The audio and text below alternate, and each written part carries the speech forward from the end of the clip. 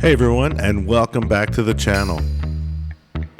Today we're going to the New Hampshire seacoast with the roll of Orwo NC-500 film. So relax, take a walk with us, and let's see what this film can do. Hi, welcome back. Today I want to spend some time discussing a film that, in my opinion, is very misunderstood. A lot of the reviews that I've seen on YouTube and different film blogs have called this film inconsistent, too grainy, and even ugly. So today the film that we're going to look at is Orwo NC-500. So let's get this out of the way. This film doesn't look like any other film that I've ever shot. Sometimes I think there's a tendency for people to expect everything they shoot to look like either Kodak or Fuji. And as we'll see in this video, this film is a long way from Rochester. So I decided to load up my Mamiya M 35mm point and shoot camera, a little unusual of a camera. We took this out for the day, went to the coast of New Hampshire, and let's head out and see what this looks like.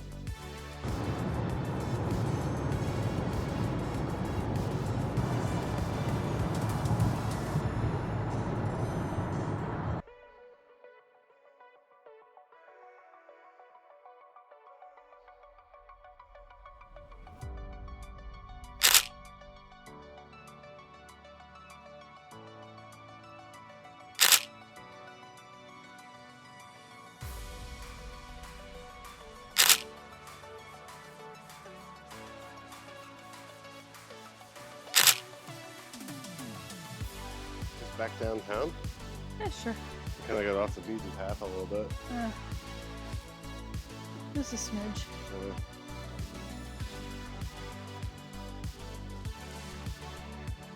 How are you liking that camera? It's not bad. Yeah.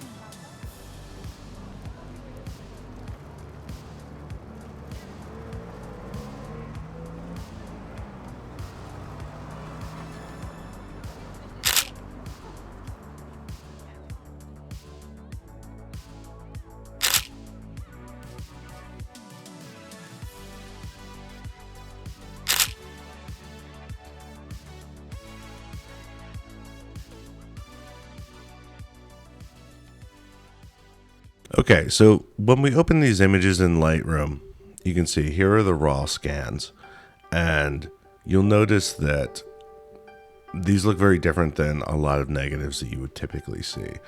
So let's just pop one a little bit bigger. You'll see that this negative has kind of a bluish greenish cast to it, whereas most negatives are going to have more of an orange base to them. So because of this fact, a lot of people who develop this film and scan it don't always get the color correction exactly right. And I really think that that's where a lot of the inconsistency that people talk about with this film come from. Because you can see that if we continue along looking at these negatives, they really have a strong green tint to them, and it's that green base that kind of makes things a little bit unusual. So what we'll do is we'll open up Smart Convert and let you see a different way of converting your negatives from a negative to a positive. So let's jump over. So let's take a look at what it looks like when we actually import the images from the scanner into the computer, because this is where a lot of people can get tripped up with the Orwo films. So let's load these images in. These are straight off of my DSLR.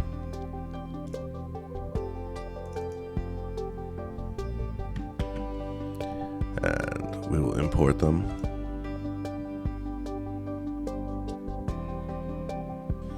Now, I'm a big fan of this particular piece of software because it actually works a lot like a lab scanner would.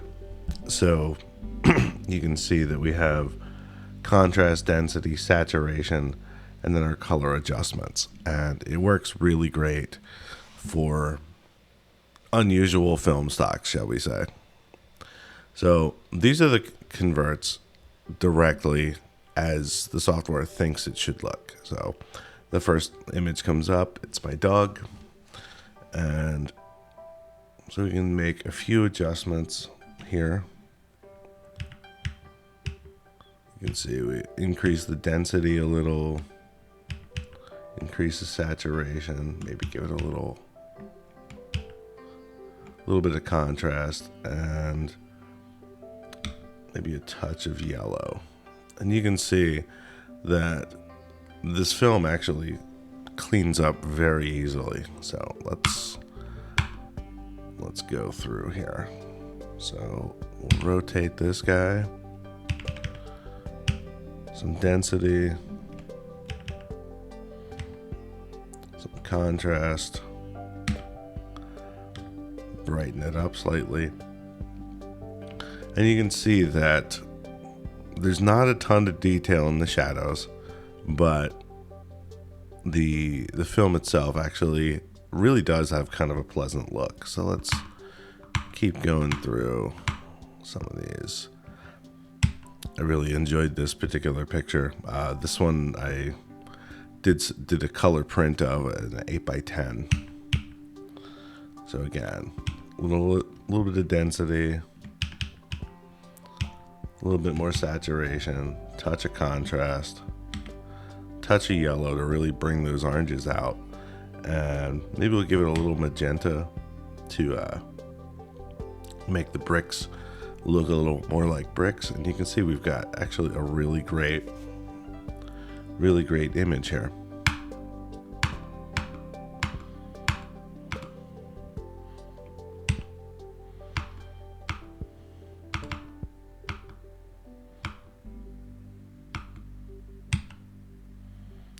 So this was my shadow selfie. So again, little density, a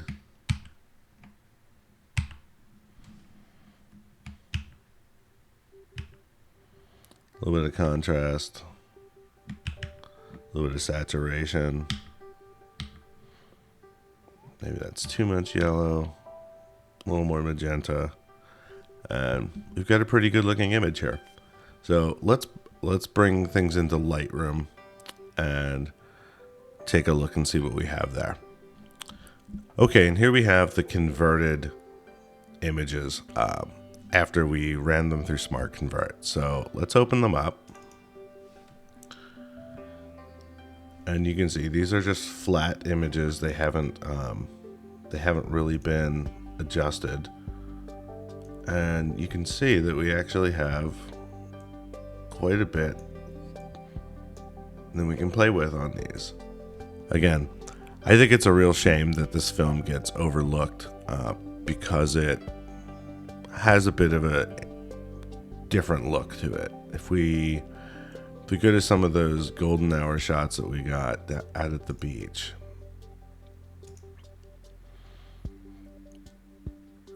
you can see the highlights really do take on kind of a reddish hue to them, and the shadows honestly don't really have a lot of detail. But I don't necessarily think that's a bad thing. When you're shooting different stocks, you shoot them for the look that you are going to get. So it doesn't bother me that the shadows kind of disappear, because it just it's the look of the film. So what I'm going to do now is open up a folder of images that were taken last year on this film. This was taken indoor. They were shot at 1600 ISO instead of 400. Okay, so here is a gallery of the Wolfen that was pushed by 2 stops. So this is the exact same film stock. You see it has actually kind of a different look.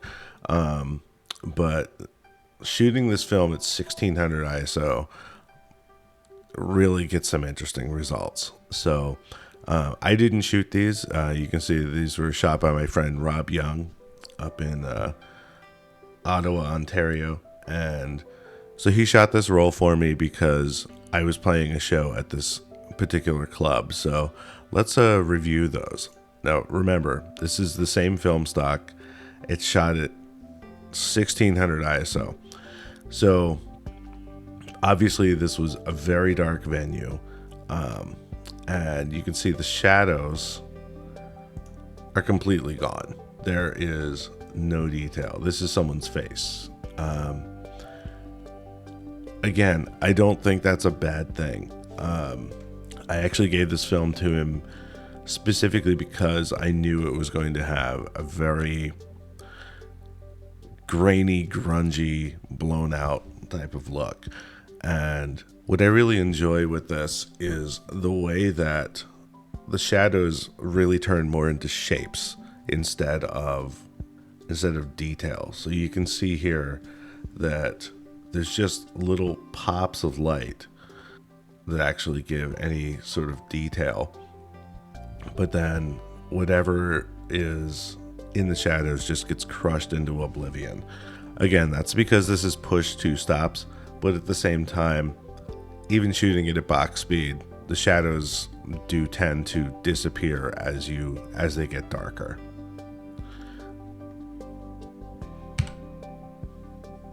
So thanks for taking the time to check out this interesting and misunderstood film with me. I'm Photo Prendy.